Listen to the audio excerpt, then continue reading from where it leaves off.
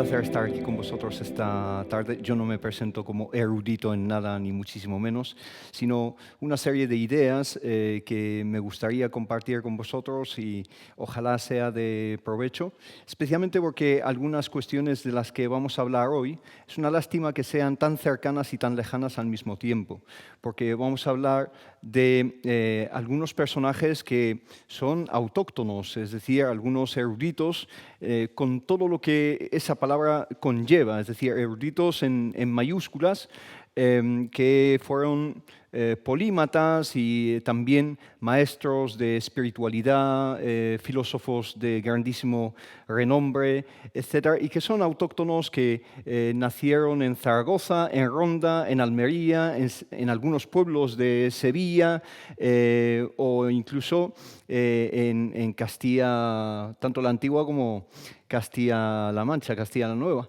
Y por lo tanto, es una lástima que sean nombres que han caído en el olvido y nuestra intención es al menos que se mencione y se tengan en cuenta. Vamos a hablar un poco del concepto del corazón en el Islam y especialmente en las tendencias espirituales andalusíes. El corazón nos va a servir para enlazar estos personajes. El corazón, el qalb. El qalb viene de una raíz que significa revolverse, el cambiar, es decir, el corazón del ser humano, el interior. Corazón aquí no es el órgano, digamos, cardiovascular del sistema, sino estamos hablando del interior, la palabra en inglés sería core, ¿no? Que es el centro del ser humano, la esencia del ser humano. Esa esencia es cambiante, está expuesta a cambios, a lo que se llaman ahwal. Ahwal significa, el plural de hal, estados. El ser humano está en un estado constante de cambio y es parte de un universo cambiante. Lo único constante en el universo es el cambio, ¿no? Y hablando de estos ahwal, ¿no? Conectando una idea desde mi punto de vista muy interesante, los eruditos musulmanes y también muchos andalusíes hablan de ello, dicen que el ser humano es hijo de su momento. El ser humano tiene que vivir el estado en el que está, ser consciente de en qué estado está y por qué se debe o a qué se debe el estado en el que está ese ser humano, ¿no? Hay una cita o una frase que se usa mucho que es el insanu ibn waqtihi, el ser humano es hijo de su momento, ¿no? Es una idea que ahora mismo está muy en moda con esto de mindfulness, etcétera, que está muy bien, pero es una idea nueva, pero bastante antigua, el estar presente en el estado. Y esa presencia está enraizada en la gratitud, ¿no? Existo y por el mero hecho de existir, soy una persona agradecida. Y yo estoy agradecido a Dios y a vosotros por este momento que nos ha unido aquí. Entonces, el sufismo, así como una introducción muy genérica, suele definirse de manera simplificada desde mi punto de vista como misticismo islámico. Especialmente en el caso del sufismo andalusí, que es bastante distinto del sufismo oriental, ¿no? que vemos con Al-Ghazali y otros. El sufismo andalusí tiene algunos conceptos y algunas características muy distinguidas.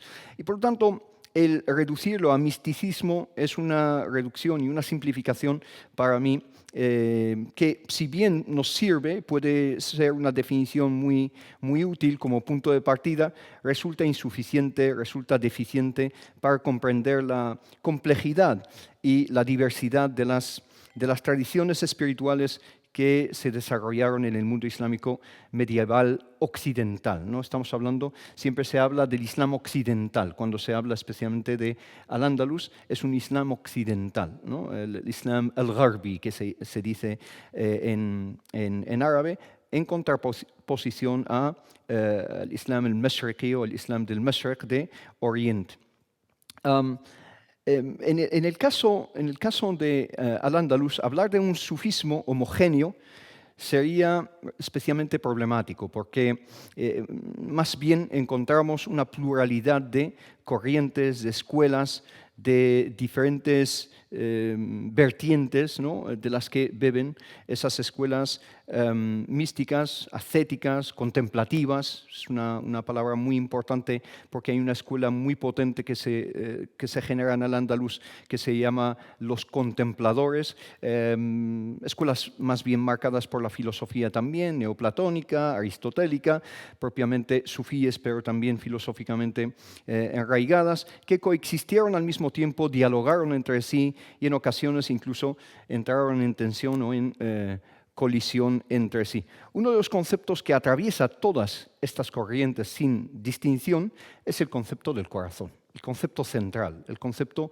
del qalb, puesto que es un concepto central en las fuentes principales del Islam, en el Corán, en la Sunna, es decir, la tradición profética, etc. El concepto del corazón es un concepto importantísimo. Pero antes de entrar digamos, directamente en materia, me gustaría intentar clarificar, a pesar de la escasez del tiempo que tenemos, esa idea de pluralidad del misticismo andalusí. Desde los primeros siglos del Islam en la península ibérica, o Al-Ándalus, se convirtió en un espacio de intensa creatividad intelectual y espiritual. Aquí convergen, hay una expresión que está en el capítulo 18 del Corán, en un viaje, podríamos decir, un viaje sapiencial de Moisés, en el cual se encuentra con un personaje muy enigmático que es el Khidr, y ahí se habla de Majma' al-Bahrain, donde convergen los dos mares, ¿no? Aquí en Al-Ándalus se dio ese concepto de converger los dos mares, el mar de ideas occidentales y orientales, con, digamos, la convergencia del Mediterráneo y el Atlántico, pues también se da una convergencia a nivel intelectual, a nivel espiritual. A diferencia del Oriente Islámico, donde el término tasawwuf, el sufismo se conoce como tasawwuf, comenzó relativamente pronto a designar una tradición reconocible asociada a figuras como el Junaid Salik, que es una figura muy importante del sufismo, el Muhasibi. En el occidente islámico se desarrollan tradiciones paralelas que no siempre se identifican como sufíes. Ellos no se autoidentificaban como sufíes, sino algunas veces son filósofos que hablan puro sufismo. A veces son personas que no son tradicionalmente reconocidas como sufíes, son juristas de Al-Ándalus, pero tienen obras fundamentales que no se pueden definir salvo como sufismo. Por un lado existía una tradición ascética y renunciante, es decir, de desapego a lo mundanal, influida por obras orientales. Este desapego a lo mundanal, etcétera, llega especialmente de Oriente. El sufismo de Al-Ándalus es distinto en el sentido de que no habla tanto de desapego, sino es un desapego interior, viviendo en los placeres, viviendo en la vida de las sensaciones, etcétera, pero es un apego a nivel, desapego a nivel espiritual más bien. Y por otro lado surgió una corriente contemplativa y especulativa que es específica de Al-Ándalus, profundamente marcada por el neoplatonismo y la cosmología. Hace muchísimo hincapié en la cosmología y en la hermenéutica coránica, cuya figura fundacional, desde mi punto de vista, y creo que es algo bastante consensuado, es Ibn Masarra. No sé si habéis conocido esta figura de Ibn Masarra. Ibn Masarra es una figura que surge de Aragón y digamos, se afinca en Córdoba.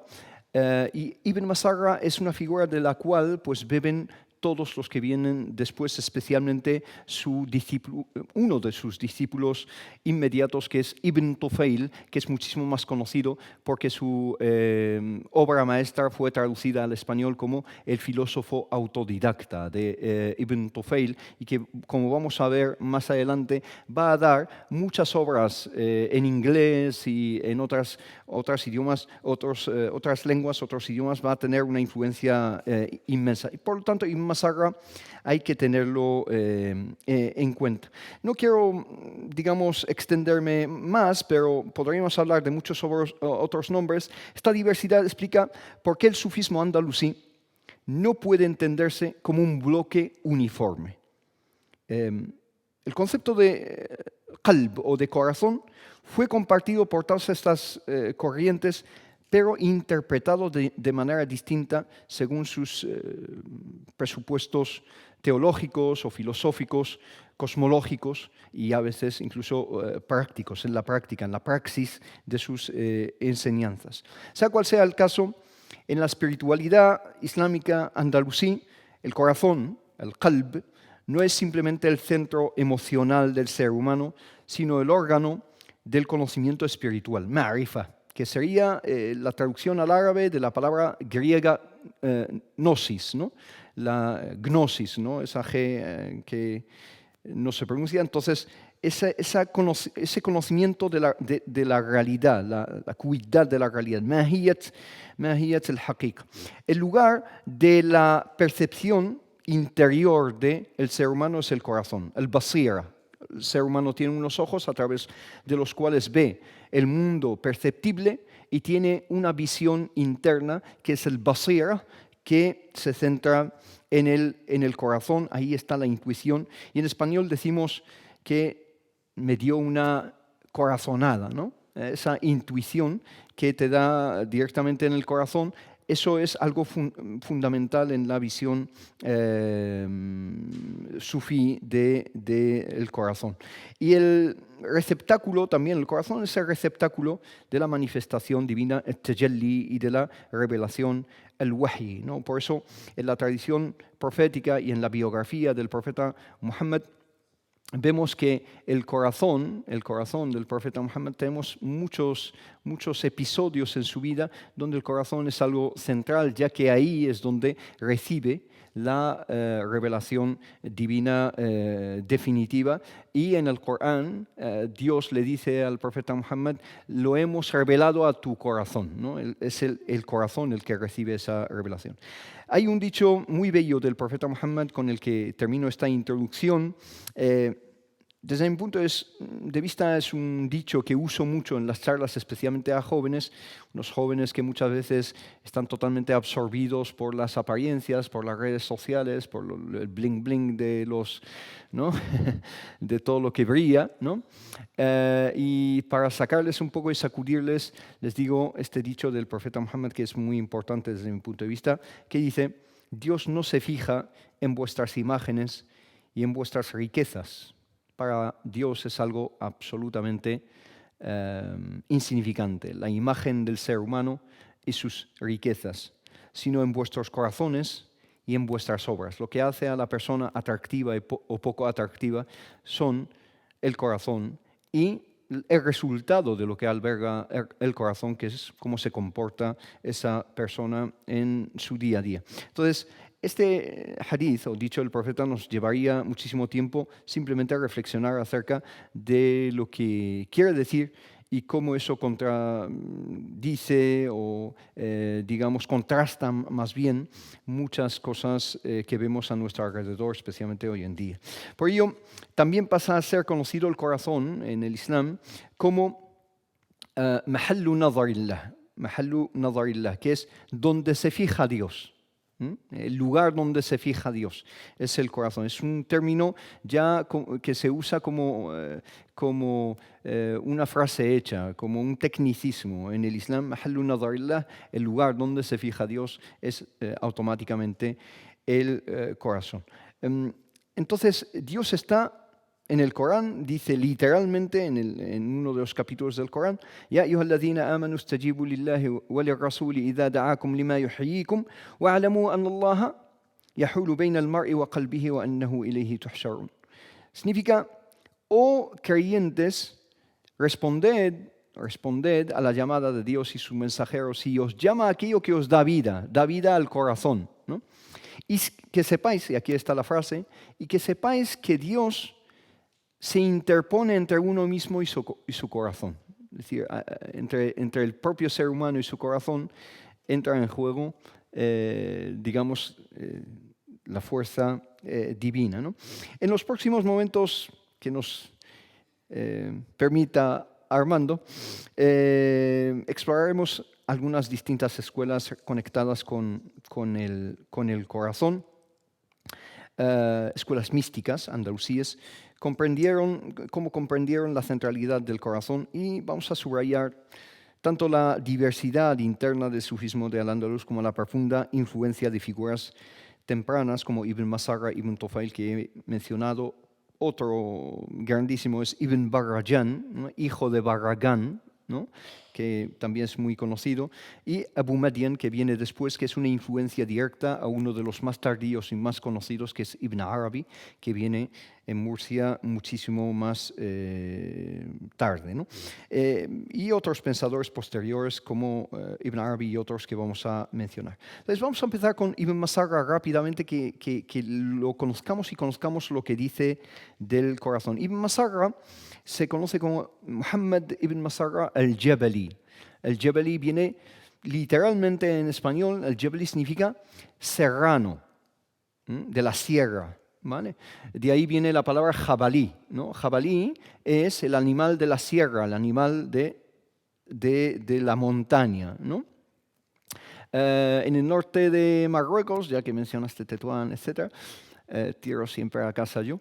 Esa zona se conoce en español, la traducción más o menos, como Jabalia o Jabalia, ¿no?, que es la de los serranos, la gente de las montañas. Es el inicio, la parte precursora de la cordillera de Rif, ¿no? La cordillera de Rif, que es la cordillera más alta del norte de Marruecos. Entonces, y Ibn Masarra como tiene, ¿no?, en árabe dice, cada uno tiene de su nombre algo, de su nombre ha cogido algo. Entonces Ibn Masarra siempre ha tirado hacia el monte, ¿no? Cuando se fue a Córdoba, se centró en la sierra de Sierra Morena, ¿no?, al lado de Córdoba, y todos sus muridín, los buscadores que venían a estudiar con él, se centraban ahí en zonas montañosas. Es considerado el iniciador de una tradición mística propiamente andalusí.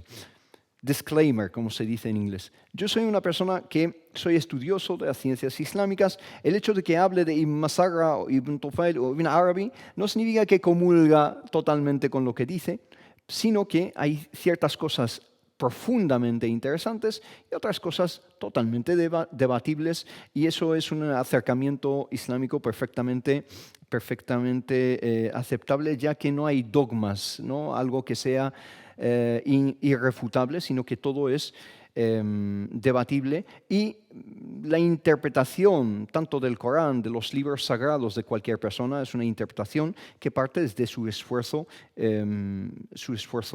personal, que es mejorable y es imperfecto, ¿no?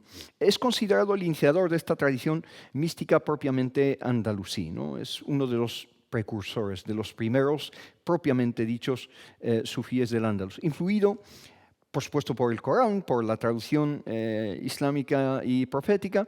También es profundamente influido por el neoplatonismo y posiblemente por un movimiento que surge en Oriente que se llama Ikhwanus Safa, los hermanos de la pureza o los hermanos de la sinceridad. Es un movimiento muy importante que aparece en Oriente y que tiene unas influencias profundas sobre todo el mundo islámico, y es una hermandad, digamos, subterránea, secreta, ¿no?, que existía y que difundía ciertas ideas, etc.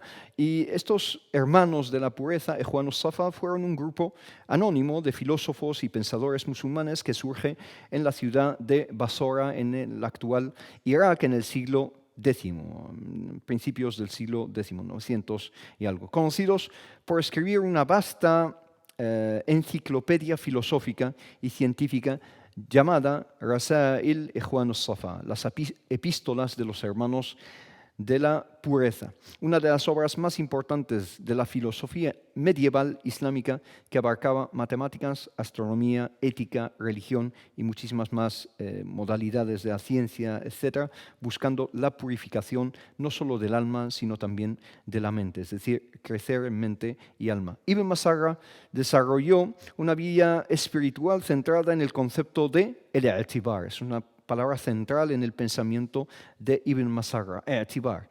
I'tibar, ¿qué significa? Significa la contemplación.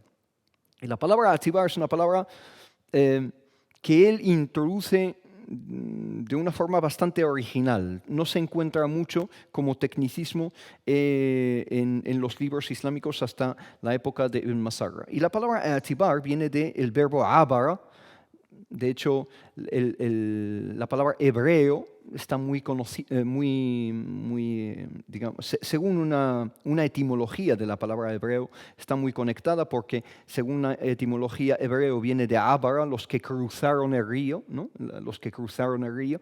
Entonces, cruzar, Ábara, que aquí significaría cruzar la frontera entre el mundo sensible y lo inteligible y lo espiritual, ¿no? A través de la contemplación pasamos de lo simplemente sensible, de lo que alcanzan los sentidos, los 5 sentidos, a lo que puede alcanzar la mente y el espíritu del ser humano a base de la contemplación.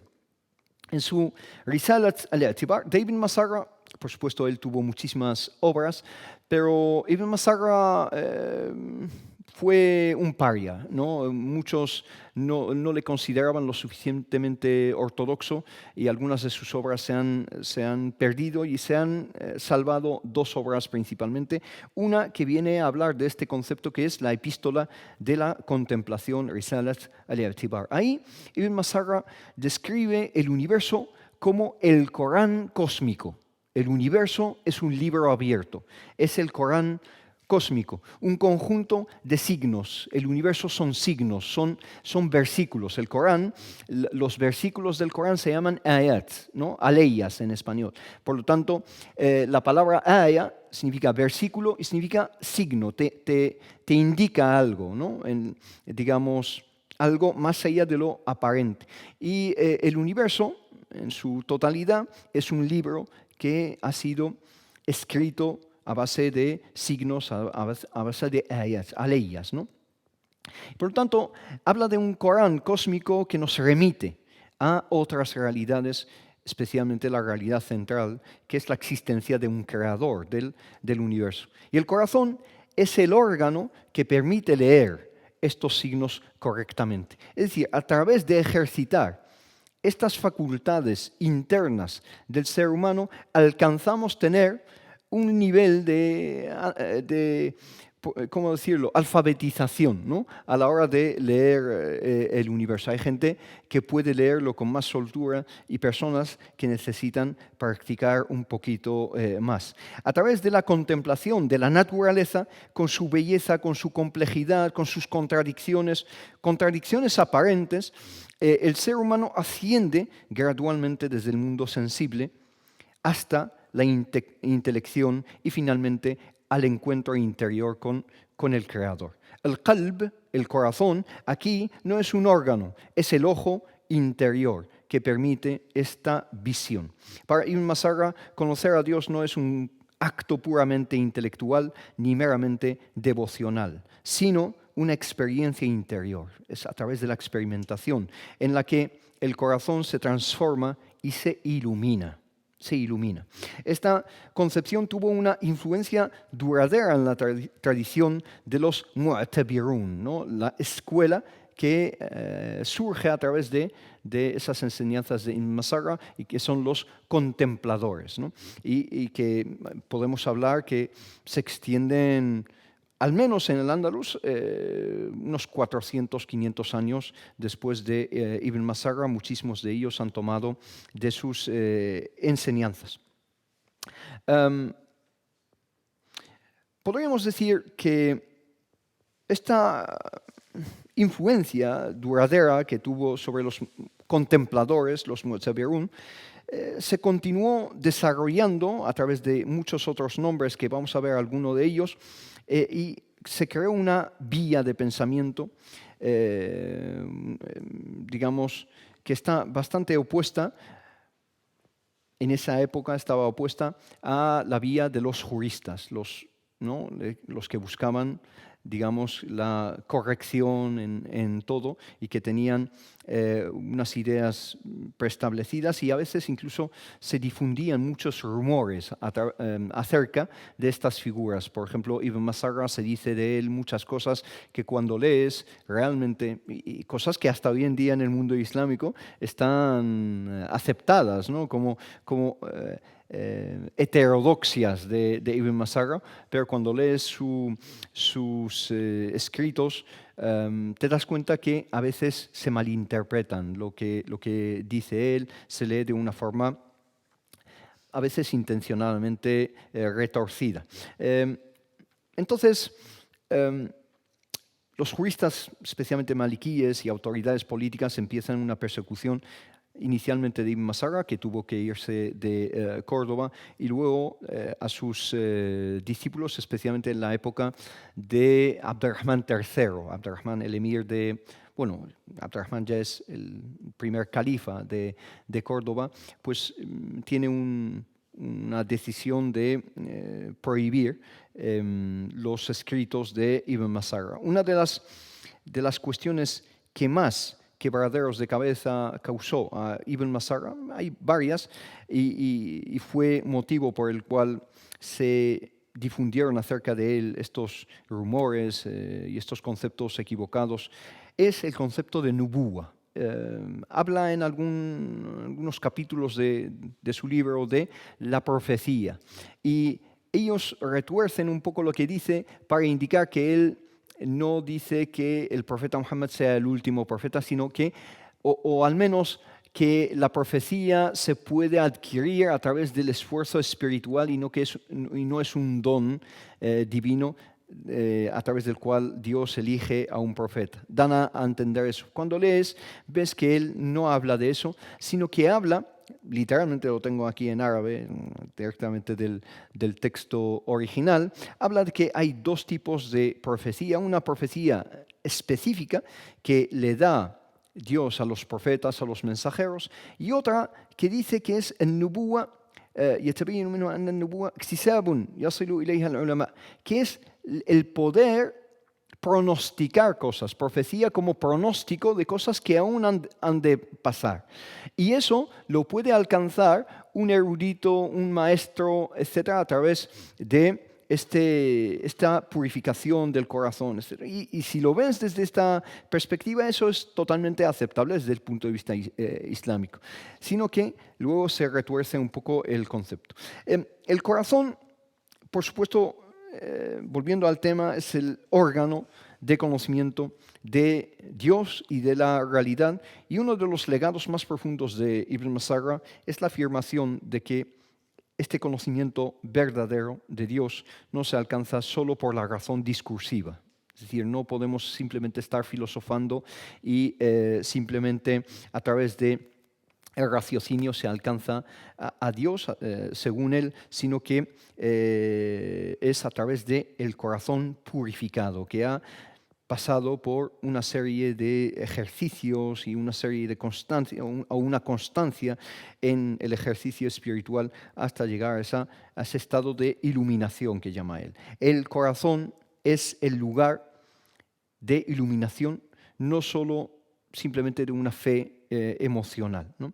Dice que es el órgano capaz de recibir la luz divina directamente, sin mediaciones conceptuales, y la razón es necesaria, por supuesto es un filósofo y habla de el aql, la mente humana como algo prodigioso, específico en el ser humano, etc. Pero la razón no es suficiente según él. La razón es preparatoria, te prepara, pero no culmina el proceso de conocimiento. La razón te prepara y es a través también de la visión espiritual que uno puede llegar a la compleción de esa visión del mundo en todas sus facetas. Los sufíes musulmanes distinguen entre este tipo de visiones, como hemos dicho, que es la visión ocular de los ojos y la visión del corazón con la percepción interior, el basira.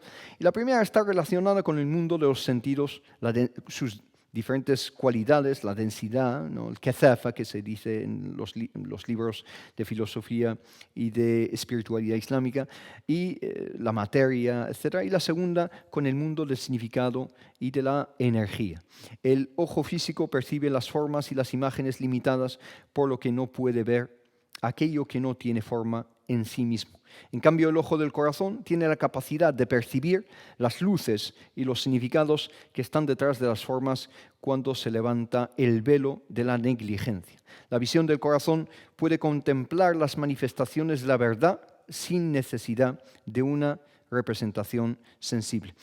Por supuesto, Ibn Masarra es anterior al Ghazali. Muchos se creen que todas esas ideas, etcétera, parten especialmente del Ghazali, pero Ibn Masarra es precursor del Ghazali. Entre Ibn Masarra y el Ghazali estamos hablando de más de 100 años, además de las distancias geográficas. Aunque también, esto es aquí un paréntesis, muchísimos eruditos de Al-Ándalus se iban a estudiar en Oriente, en Damasco, en Egipto especialmente, o la unión que surgía en los viajes de peregrinación a Meca y Medina. Ahí se encontraban los de Occidente y de Oriente, pero está ampliamente estudiado cómo influye Oriente en Occidente, es decir, cuando los andalusíes van ahí, ¿con qué vuelven? Pero está muy poco estudiado desde mi punto de vista académicamente la influencia de Occidente en Oriente. Esos que vienen de Al-Ándalus, Ibn Masarra y otros, porque por supuesto Ibn Masarra estuvo viviendo en la Meca y aprendiendo ahí, después de huir de Córdoba, se va a la Meca a vivir, cómo él influye en los autóctonos ahí en Oriente. Eso está, desde mi punto de vista, infravalorado, infraestudiado. El Ghazali dice una cosa muy interesante. Estamos hablando de cómo hay una visión interior, ¿no? En otras palabras, creemos en un Dios al que vemos, ¿no? Si no lo veo, no lo creo, ¿vale? No lo vas a ver con los ojos oculares, pero islámicamente nosotros creemos en un Dios que vemos. ¿Por qué? Porque presenciamos la manifestación de la existencia de Dios, desde nuestro punto de vista, es inmensamente evidente, patente. Si bien no lo vemos mediante la visión ocular, sí se puede ver manifiestamente mediante el corazón. Su creación, su belleza, su omnipresencia, su omnipotencia, su compasión, son las realidades que indican su existencia. Hay un dicho en árabe que dice la huella indica el trayecto, es decir, en el desierto, ¿no? La arena, si ves unas huellas, ves que alguien ha pasado por ahí. Entonces, tú no has visto a la persona, pero intuyes que alguien ha pasado por ahí. Es un dicho que nos indica que al ver la creación de la naturaleza y la naturaleza del propio ser humano, eso nos indica la existencia de un creador. El Ghazali lo dice en estas palabras. Dice, no es extraño, fijaos, él lo lleva un poco más allá, ¿no? Dice, no es extraño que permanezca oculto, pues su ocultamiento se debe a la intensidad de su manifestación. Está tan manifiesto que no lo ves. Está tan en todas partes, que está tan en tu cara, ¿no? que no lo puedes ver. Cuando algo está tan cerca, ya no lo puedes ver, ¿no? Cuando una luz es tan intensa, ya no ves nada, ¿no? Entonces, dice, no es extraño que permanezca oculto, pues su ocultamiento se debe a la intensidad de su manifestación. Y dice, aún no he terminado la cita, y puede que pase desapercibido debido al fulgor de su resplandor. Y dice, glorificado sea aquel que se oculta a las criaturas por la excesiva claridad de su aparición y se vela de ellas por el deslumbramiento de su luz. Fin de la cita. Cuando el corazón se ilumina con la luz de la piedad o la luz la palabra piedad no me gusta, la tacho, ¿no? Aquí es una traducción burda de otros términos un poco más, más profundos y más polisémicos incluso. Taqwa, ¿no? Cuando uno tiene en cuenta la presencia, ¿no? de Dios en tu vida, cuando eso te ilumina, informa tu visión del mundo y se descorren los velos, las cortinas se quitan, es capaz de presenciar la presencia divina, valga la redundancia, en todas las cosas, con un testimonio interior que supera el ámbito de la visión sensorial. Es lo que se llama, por supuesto, el Islam, como puerta de entrada al Islam, tiene la shahada, ¿no? Doy testimonio que no existe divinidad excepto Dios, ¿no? Allah. Vale. Pero luego, la culminación de todo el camino de iluminación a nivel espiritual es el máximo, lo llaman los sufíes shuhud, de shahada a shuhud. Shuhud es la presencia, no atestiguas, sino presencias a Dios en absolutamente todo. Y ese shahada, shuhud, es algo fundamental que hay que tener en cuenta y poco, desde mi punto de vista, esa conexión es algo poco explorado desde mi punto de vista, no sé. Desde mi punto de vista, yo pienso que esa shahada o ese shuhud, ese testimonio, esa presencia, es un estado de iluminación, entre comillas, por el cual Dios ha creado un universo. Es decir, el universo existe para que el ser humano exista como culminación de la creación, y la culminación de la existencia del ser humano es la presencia de Dios. Y eso es algo al que una conclusión al que puedo llegar desde muchísimos ángulos. El primer ángulo es un ángulo lingüístico. La palabra mundo en árabe es alam, mundo, que viene de la raíz ilm, conocimiento. ¿Qué tiene que ver mundo con conocimiento?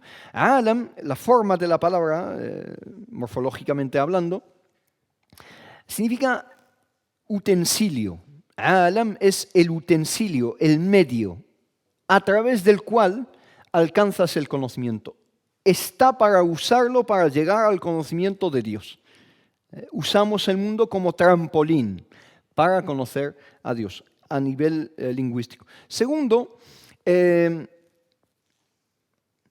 el siglo XX se ha desarrollado en la cosmología a nivel occidental, especialmente, esto es, bueno, se puede leer bastante acerca de este principio.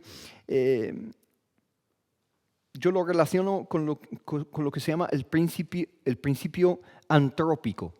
Principio antrópico, que es una teoría científica que se desarrolla en el siglo XX, que tiene varias versiones, el principio antrópico débil, el principio antrópico fuerte, y que viene a decir que el cosmos existe para que como culminación exista un observador, alguien que tome conciencia de la existencia del cosmos, ¿no?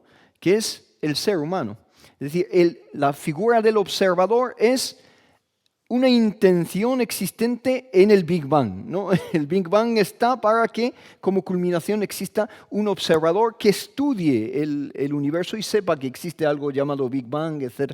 Es decir, el propio observador es la culminación de digamos, la creación. Y ese observador, esa observación es la shahada para nosotros, es el atestiguar esa existencia. Por ello, el estado o los estados de lo que se llama kashf, desvelamiento, o de la contemplación mushahada, shahada, mushahada, entre los sufíes son grados por los que el caminante de esa vía espiritual puede ascender o debe ascender, es decir, es necesario pasar por esos diferentes estados o esas diferentes categorías para ascender desde la percepción de los efectos hasta la visión del origen de esos efectos, del influenciador, que es el creador. Al inicio del camino, uno puede revelarse al digamos, al maestro, puede no aceptar ciertas cosas porque aún no las comprende, ¿no? Aún es un murid, un buscador ansioso, las ansias le pueden.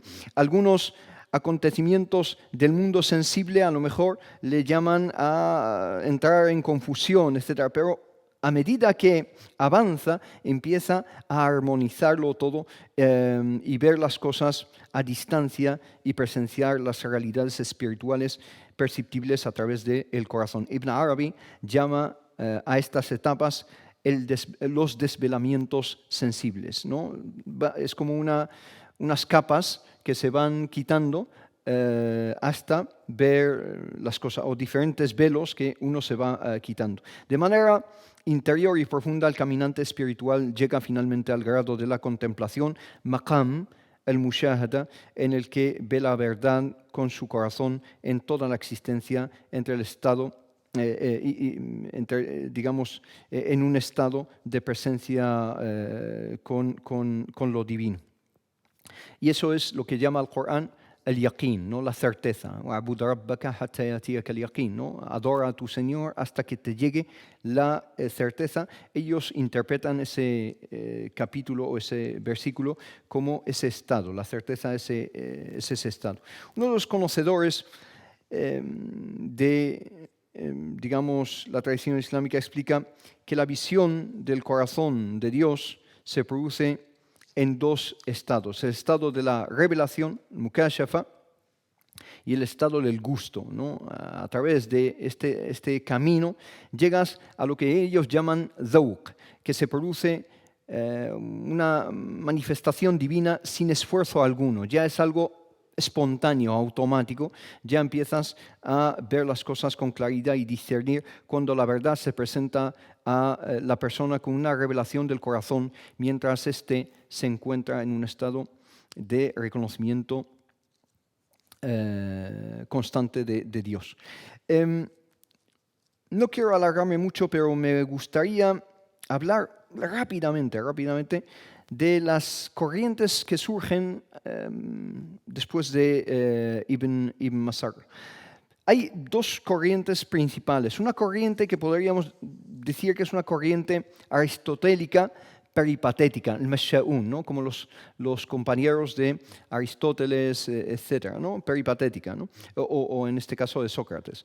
La corriente aristotélica peripatética, sus representantes incorporaron elementos del pensamiento de Ibn Masarra con cosas ya existentes de Aristóteles, etc. Y los más importantes en esta corriente es Ibn Tufayl, que es el gran desconocido, y por supuesto Averroes, que es el gran conocido, ¿no?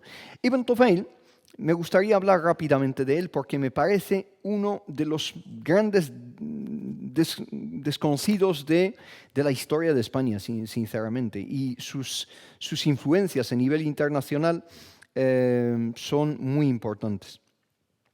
Se percibe claramente la influencia de Ibn Masarra en su discípulo Ibn Tufayl y en la idea de conciliación entre razón y revelación, especialmente en la obra de Ibn Tufayl conocida como Hayy ibn Yaqzan.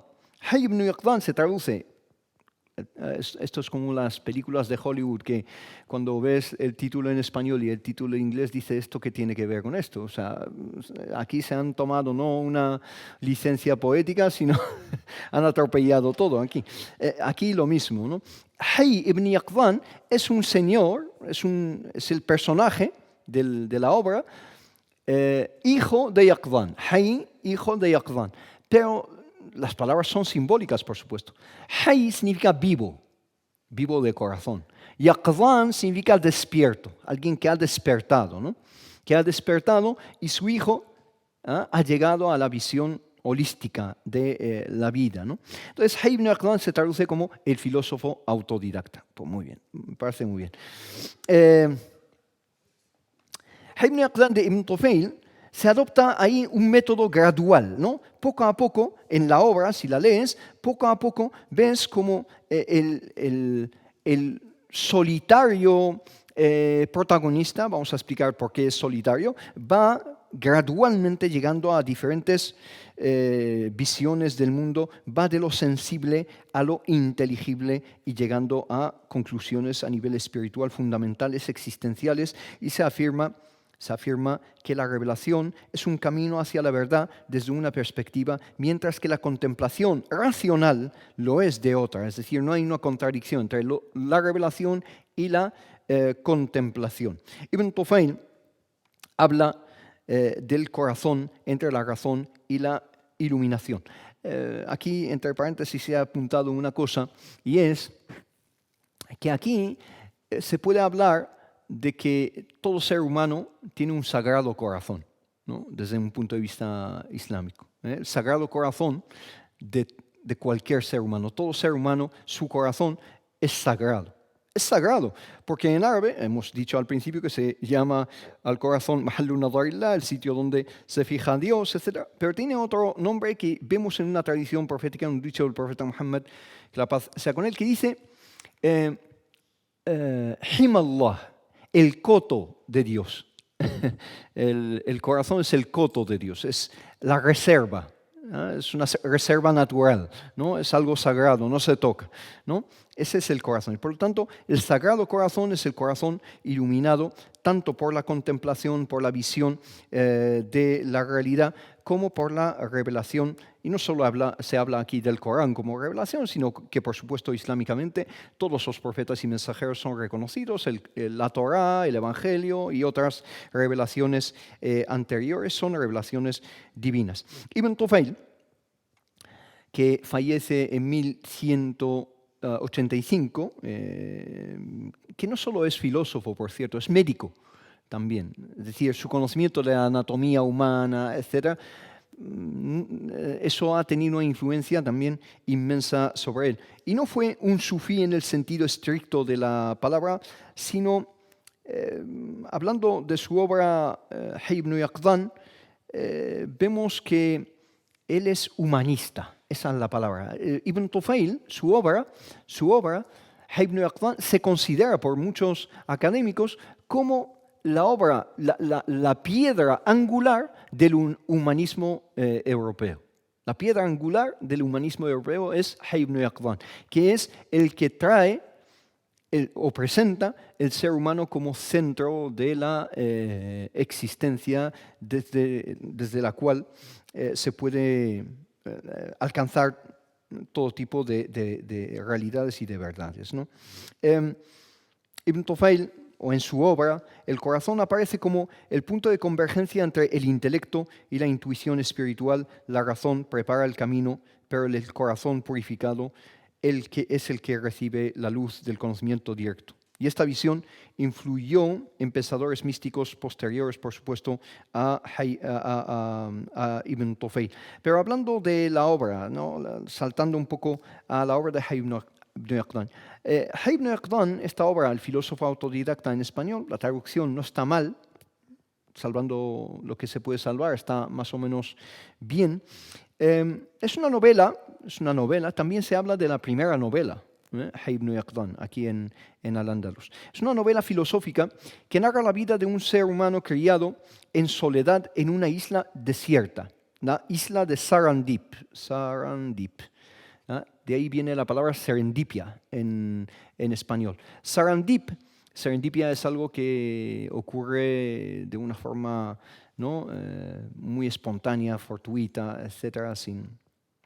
Sarandip creo que es el nombre que daban los árabes a la isla de Sri Lanka, ¿no? Sri Lanka. Y Hayy ibn Yaqdhan es un niño que por diferentes razones aterriza en esa isla y vive solo. Y se alimenta de lo que encuentra en la isla y una cierva lo amamanta a ese niño. Y alcanza el conocimiento de la naturaleza. Empieza a contemplar, a reflexionar acerca de sí mismo, acerca de los amaneceres, los atardeceres, acerca de la creación, de la luna, del sol. Y llega a profundas conclusiones existenciales a través de la razón y la experiencia directa con la naturaleza. Y desde ese núcleo El ser humano aislado descubre el mundo y la moral sin necesidad de entrar en sociedad y de estar rodeado de otros, ni entrar con la revelación divina. Luego ese niño vuelve o se encuentra con la sociedad, etc. Y lo que ve es que las conclusiones a las que él llegó a través de su esfuerzo intelectual, digamos, informado a través de la contemplación, no contradice en absoluto las enseñanzas éticas, morales, reveladas que encuentra en esa sociedad, y a través de eso, digamos, el autor intenta indicarnos la no contradicción y la armonía entre la revelación, el intelecto, la contemplación, etc. Y se pueden trazar conexiones claras con muchas otras obras y tradiciones. Voy a mencionar 2 o 3. La primera, yo también soy un poco de filología inglesa y voy a tirar un poco al mundo anglosajón. En principios del siglo XVIII, había contexto, un poco de contexto, ¿no? Había un debate muy profundo en el Parlamento británico acerca de los otomanos. Los otomanos están en su auge, etc. Si se puede dialogar con los musulmanes, si se puede hablar con los otomanos. Y los conservadores decían que no, que solo entienden el lenguaje del cañón. Daniel Defoe, que es de los que hoy en día son los laboristas, los Whigs, decía que sí se puede hablar con los musulmanes y razonar y llegar a tratados de paz, etc. Y todo esto tiene su, digamos, trasfondo. Si conectamos otras cosas no acabamos. Es decir, el mundo islámico gana con digamos, diferentes episodios, especialmente algunas batallas que pierde España y Portugal, etc. Inglaterra y algunos países, especialmente Marruecos y el Imperio Otomano, ganan importancia y ya hay conexiones diplomáticas. El primer diplomático que llega a Londres, que por eso algunos dicen que Shakespeare escribe su obra maestra muy buena, menos conocida que Hamlet, pero no menos buena, que es Otelo. Otelo el Moro, ¿no? Habla de un musulmán que es admirante de las fuerzas navales italianas y que sufre de la envidia de sus colegas, etc.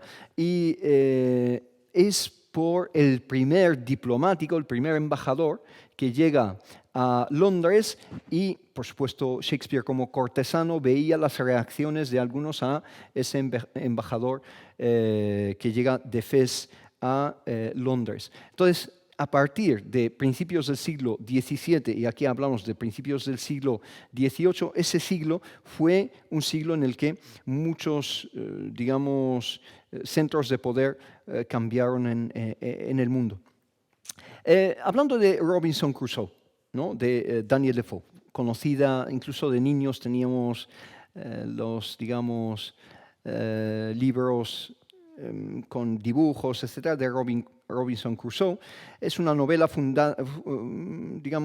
fundacional del individualismo moderno y de la ética protestante del trabajo, y Crusoe sobrevive en una isla desierta, reconstruyendo la civilización mediante esfuerzo, cálculo racional y fe providencial. Robinson Crusoe, ese personaje, entre comillas, ficticio, sale al principio de la novela ¿de qué ciudad?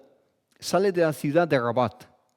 Él era un prisionero de los corsarios en Salé, Rabat, 2 ciudades que están separadas por un río simplemente, y escapa de ahí, sufre un naufragio y acaba en lo que hoy en día son las islas de Bahamas, ¿no? Y sobrevive ahí solo, etc., hasta que entra en contacto con uno de los autóctonos, una persona de tez negra que aparece de la nada huyendo de su propio pueblo que le están persiguiendo por diferentes razones, y entra en contacto con él y le da un nombre, le llama. Al principio hay un recelo y luego ya entra en Todo esto para responder al debate político existente del que hemos hablado. ¿Y qué nombre le da? Le da el nombre de Friday, ¿no? Viernes. ¿Ah? Y viernes es simbólico del día sagrado de los musulmanes, que es el viernes. Todo está conectado. Entonces, ahí hay una conexión grandísima con Hayy ibn Yaqdhan y esa vida en una isla desierta, y cómo uno puede llegar a través de la contemplación, a través del esfuerzo intelectual, racional, y la fe providencial, por supuesto, en el cristianismo protestante. Providence es una ciudad en Estados Unidos. La providencia divina es algo central, ¿no? Entonces, ambos relatos parten del aislamiento total como laboratorio antropológico. Sin embargo, mientras Crusoe reproduce la sociedad europea, propiedad, economía, jerarquías, Hayy descubre verdades universales sin mediación cultural. Donde Crusoe encarna el dominio práctico del mundo, Hayy ibn Yaqdhan representa el ascenso intelectual y espiritual. Y muchos estudiosos han señalado a Hayy ibn Yaqdhan como un antecedente conceptual del náufrago ilustrado, ¿no? De hecho, Robinson Crusoe se establece como el ilustrado. Por supuesto, estamos hablando de la ilustración, etc. Y Friday lo llama the noble savage, el salvaje noble, ¿no? El salvaje pero noble, se puede domesticar. De hecho, esa idea no es muy lejana de nuestro círculo, ¿no? Aquí en España, a los musulmanes que se quedaron bajo dominio de reinos cristianos, se les dio un nombre que son los mudéjares. Sí. De hecho, el arte mudéjar es el único arte autóctono de España, ¿no? Si hablamos del neoclásico, si hablamos del gótico, si hablamos del barroco, etc., sus orígenes están o en Italia, en Francia, en Alemania, etc. Pero el mudéjar es un arte autóctono, ¿no? Que luego se exporta especialmente a Latinoamérica o Iberoamérica, y luego al norte de África más tarde, o es un neo-mudéjar. Los mudéjares, esa palabra mudéjar, conectada con noble savage, el salvaje noble, literalmente en árabe, mudéjar viene de mudajjan, que significa domesticado. Es un salvaje, pero que hemos podido domesticar, para que veáis un poco la visión que eso, eso entraña. Otro libro más conocido es el libro de la selva, de Kipling. Kipling, por supuesto, británico, etc., pero nació en la India. Y estaba perfectamente familiarizado con la civilización islámica en la India, y de hecho aprendió bastante árabe, y en algunos de sus escritos empieza con algunas fórmulas en árabe como Bismillah, ¿no? En nombre de Allah. Kipling, ¿no? Por supuesto, el trasfondo de estos relatos ambientados en la India, ¿no? Mowgli, los animales que le rodean, etc., exploran la tensión entre naturaleza, ley, pertenencia, civilización, usando animales antropomorfizados y mitología oriental. Por supuesto, esto tiene algo que ver con obras mucho más anteriores, una obra india que es la Panchatantra, que luego se traduce al árabe por Ibn al-Muqaffa en la época abasida, y que toma el nombre de Kalila wa Dimna. Es una obra muy importante, Kalila wa Dimna, de Ibn al-Muqaffa, que es una obra, a través de una fábula, es una obra que se le enseñaba a los hijos de reyes, para enseñarles diferentes comportamientos, ética, moral, que tiene que gobernar su vida y su gestión política. Entonces, ese es un poco el trasfondo. Pero la conexión con Hayy ibn Yaqdhan es que tanto Hayy como Mowgli, ¿no? en en el libro de la selva, crecen fuera de la sociedad humana aprendiendo directamente de la naturaleza y en ambos casos el entorno natural se convierte en maestro moral. Hay otras diferencias claves que me voy a saltar. La última influencia, aunque son muchísimas las que puedo mencionar, es la corriente de los Quakers, ¿no? Los Quakers que nacen en la actual Inglaterra y luego tienen un auge en algunas zonas de Estados Unidos, digamos, los territorios americanos antes de la formación de Estados Unidos. Es un movimiento cristiano, protestante, surgido en Inglaterra, centrado en la luz interior, centrado en ese concepto de la luz interior y la experiencia directa de Dios y el rechazo de intermediarios religiosos y la primicia de la conciencia individual. Hoy en día más conocidos por alguna marca de avena y de productos para desayunar. Ok. Courtesy of, ¿no? Del mercado, ¿no? Hay algunas cosas históricas muy importantes que solo conocemos a través del consumismo que nos rodea tristemente, ¿no? Entonces, la conexión con Haib Noach es, ellos lo reconocen, no es que lo reconozcan, es que en el movimiento Quaker, Haib Noach como obra es fundamental, tienen que leer esa obra. Y de hecho, los primeros en traducir esa obra al inglés fueron muy famosos Quakers.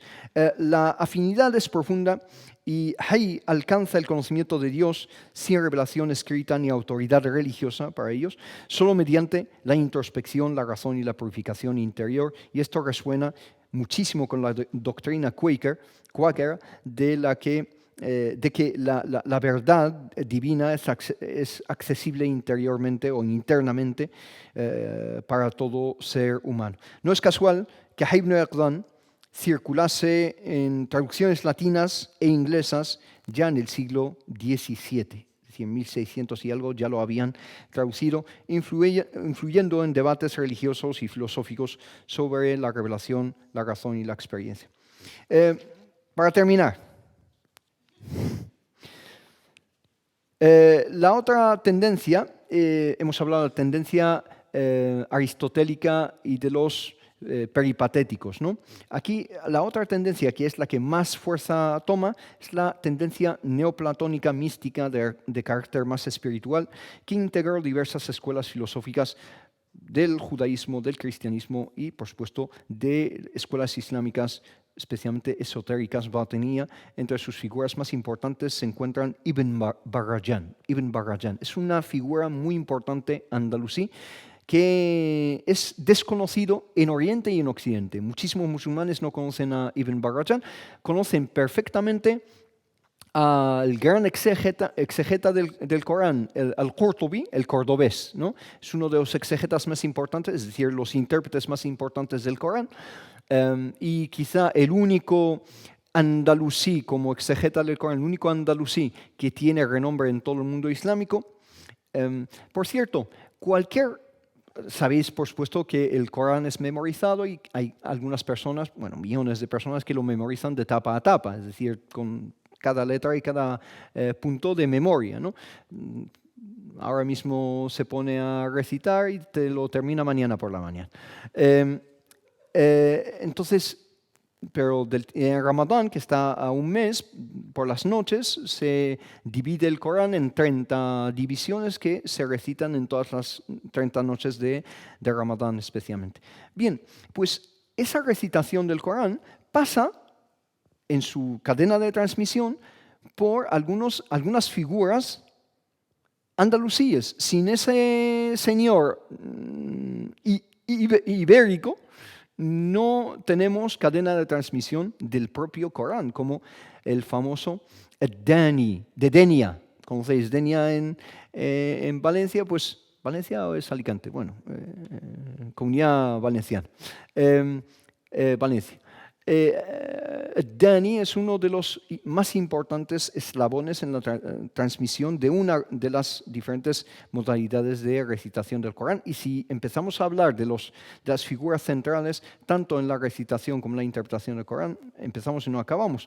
Pero Ibn Barajan tiene una interpretación suya del Corán en la que el corazón toma un protagonismo muy especial en esa interpretación bastante desconocida de Ibn Barajan, pero es que sí que existe y está disponible en árabe. No se ha traducido por el desconocimiento que existe quizá acerca de su figura. Fallece en 1141 y es una figura central de la llamada Escuela de Almería. Hablamos de diferentes escuelas de sufismo en España. Una escuela especialmente en Almería, otra en Córdoba, Sevilla, y otra escuela que aparece en el Algarve, en Portugal, posterior, que aparece en Algarve.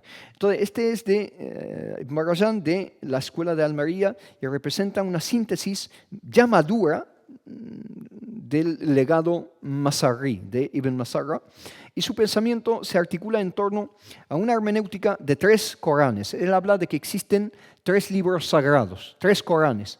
El primer Corán es el Corán escrito, la revelación, el Corán Tedwini lo llama, el que está recogido, Tedwini. Segundo, habla del Corán cósmico. Habla del Corán Takwini, que es el Corán del Kaun, del cosmos, que es un libro abierto. Y tercero, el tercer Corán es el ser humano, como microcosmos. Esta es una visión muy temprana del Islam y está en los dichos del profeta Muhammad. Y Ali ibn Abi Talib, el cuarto califa, primo del profeta Muhammad, que la paz sea con él, tiene un poema muy bonito, y termina ese poema diciendo: وَفِيكَ اجتمع العالم الأكبر. Piensas que eres insignificante, piensas que no vales nada, piensas que eres algo diminuto en esta creación, mientras que en ti se ha encapsulado العالم الأكبر, el cosmos más inmenso, está en el propio ser humano, ¿no? Y es una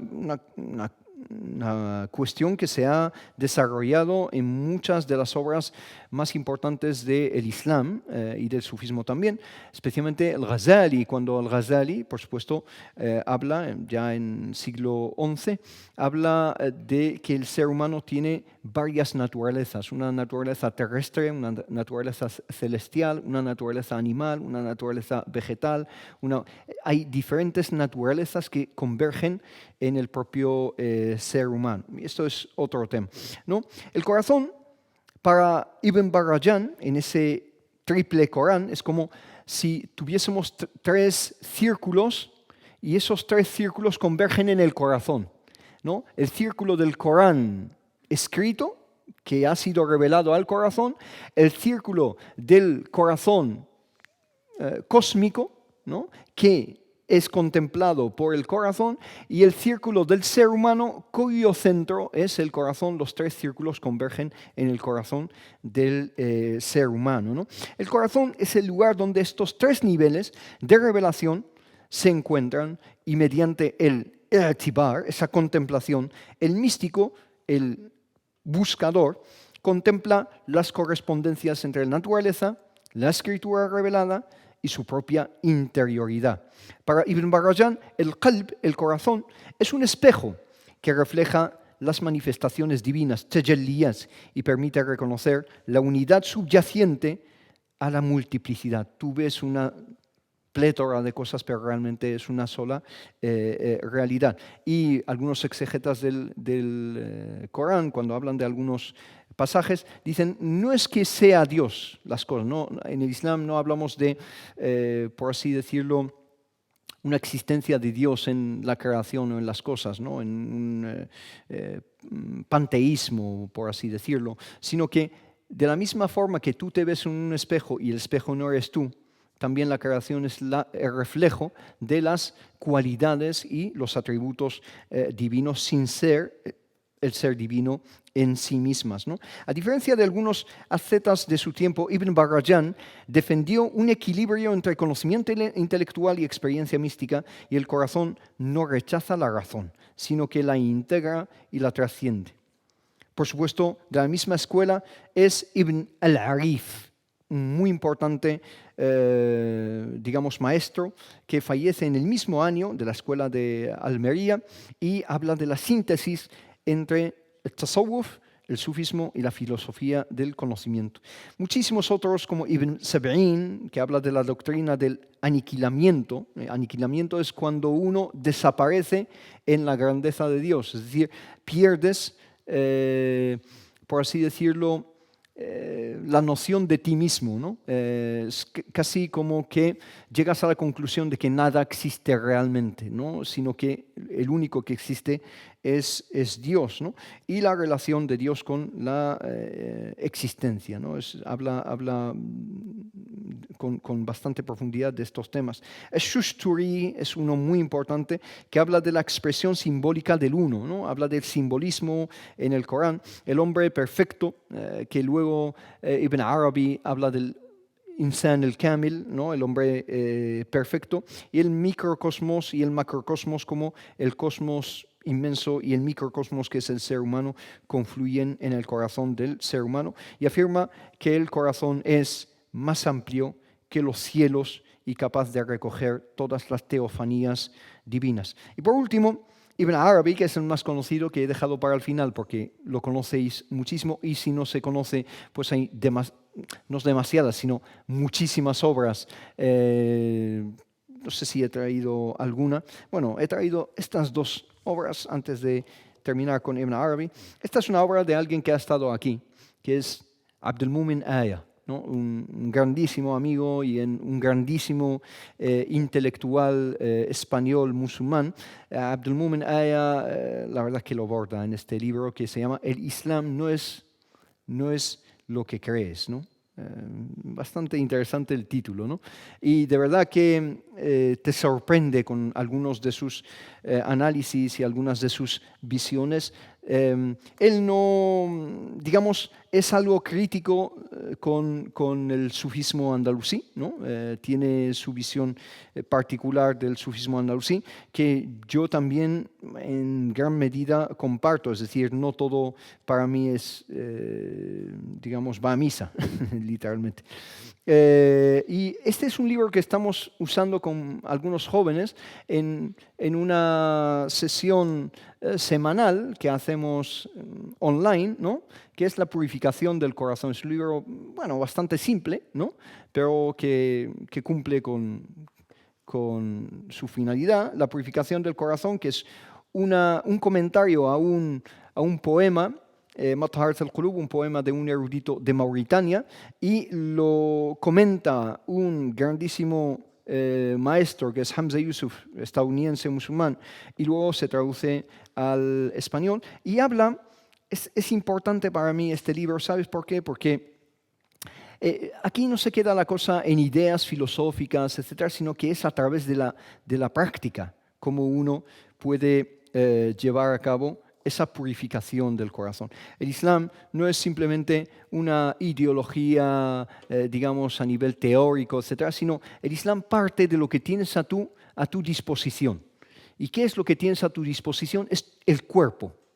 El Islam no rechaza el cuerpo, sino que lo asume, ¿no? Es lo que tienes a tu disposición. A través de ese cuerpo, ¿cómo puedes llegar al ejercicio de estas ideas y de estos principios y valores de los que estamos hablando? Entonces, hemos hablado de Ibn Barajan, hablando ya de Ibn Arabi para terminar. Ibn Arabi, por supuesto, habla del corazón como receptáculo infinito.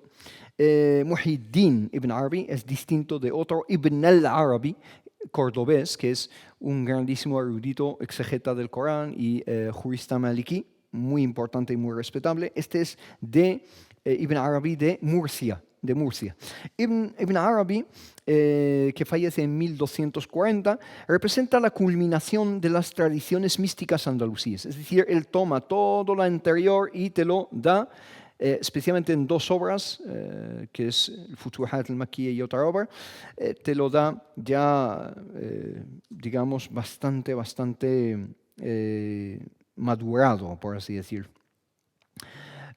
Formado en un entorno donde coexistían los Mu'tabirun, ¿no?, los contempladores de Ibn Masarra, y los ascetas sevillanos y el sufismo magrebí, es decir, ya se había desarrollado en el norte de África diferentes escuelas también sufíes. Él toma y aprende, por supuesto, esto no es simplemente tomar a nivel teórico, sino que es ponerte a disposición de un maestro como murid, como discípulo, ¿no? Y toma de todas esas vertientes.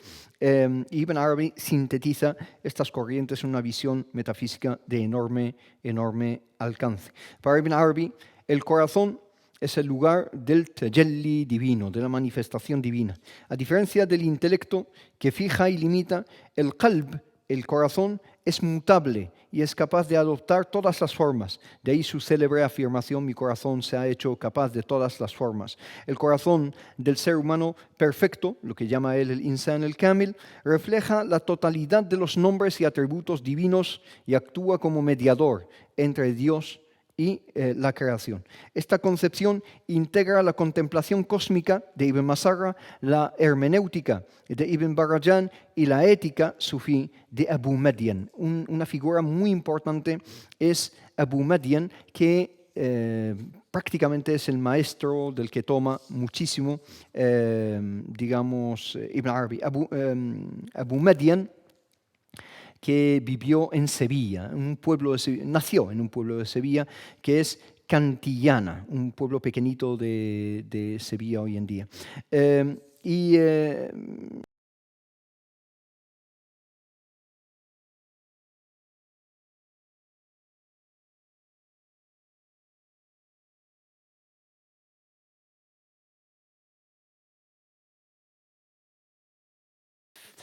Y con eso terminamos. Hay un pasaje muy importante del Corán. Fijaos, tengo una historia personal con ese pasaje, que es un niño en la Medina de Tetuán, y me encuentro con un grupito de españoles musulmanes. Yo, por supuesto, tendría 10, 11 años, ya hablaba español, chapurreaba bastante bien, etc. Y me encuentro con unos, entre comillas, turistas musulmanes españoles.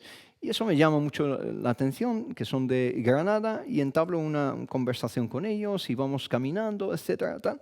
Y le pregunto a uno de ellos: ¿cómo has entrado al Islam? ¿Cómo conoces al Islam? Y me contó su historia, que a mí me dijo que una vez él estaba caminando por las calles de Granada y se encontró un papelito con una caligrafía en árabe que él no tenía ni idea de lo que decía y se la quedó. Y luego se fue. Después de meses o después de un tiempo, encontró quien la tradujese al español.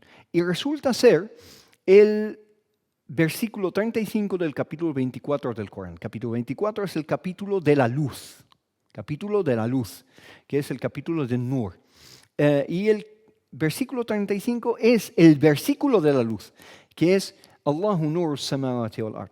Dios es la luz de los cielos y la tierra. Y que cuando él vio la traducción de lo que tenía en su casa, literalmente echó a llorar y tuvo una corazonada.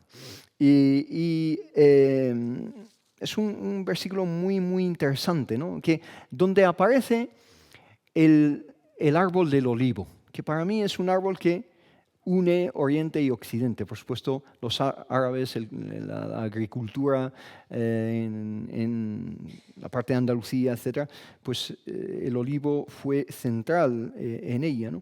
Y dice el versículo: Allahu nur samawati wal ard, mathalu nurihi kamishkatin fiha misbah, المصباح في زجاجة الزجاجة كأنها كوكب دري يوقد من شجرة مباركة.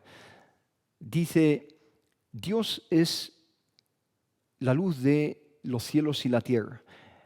La similitud o el ejemplo de su luz, مثل نوره كمشكاة فيها مصباح, es digamos, una alcoba donde está encendido una lámpara. Y esa lámpara es de cristal. Y el ejemplo de ese cristal es como una estrella, como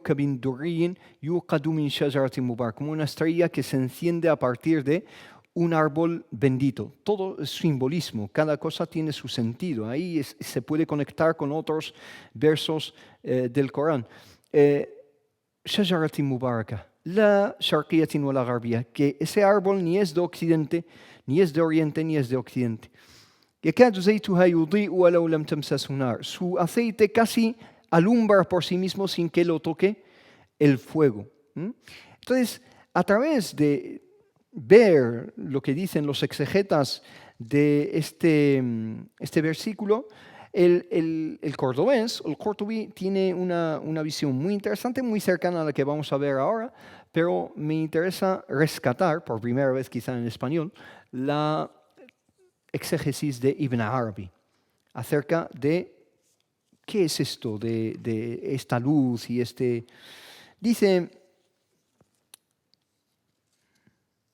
Dice, Dios es la luz de los cielos y de la tierra, ¿no? Acerca de este versículo. La luz es aquello que se manifiesta por sí mismo y por lo cual las cosas se manifiestan. En sentido absoluto es uno de los nombres de Dios. Uno de los nombres de Dios es la luz, An-Nur.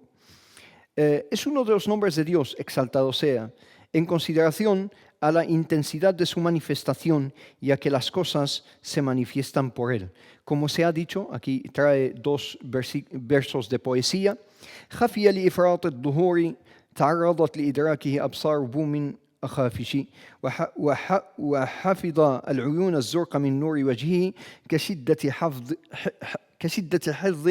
حظ للعيون العوامش. Dice, oculto, Dios, oculto por exceso de manifestación, demasiado manifiesto hasta llegar a ser oculto. Se expuso a seres pobres, a ser percibido por los ojos de búhos y murciélagos. Es decir, Dios no necesita presentación, no necesita exponerse, pero porque hay gente que es ciega, que no ve, necesitó revelarse, ¿no? Y dice, y protegió los ojos azules de la luz de su rostro por la intensidad de su suerte frente a los ojos débiles.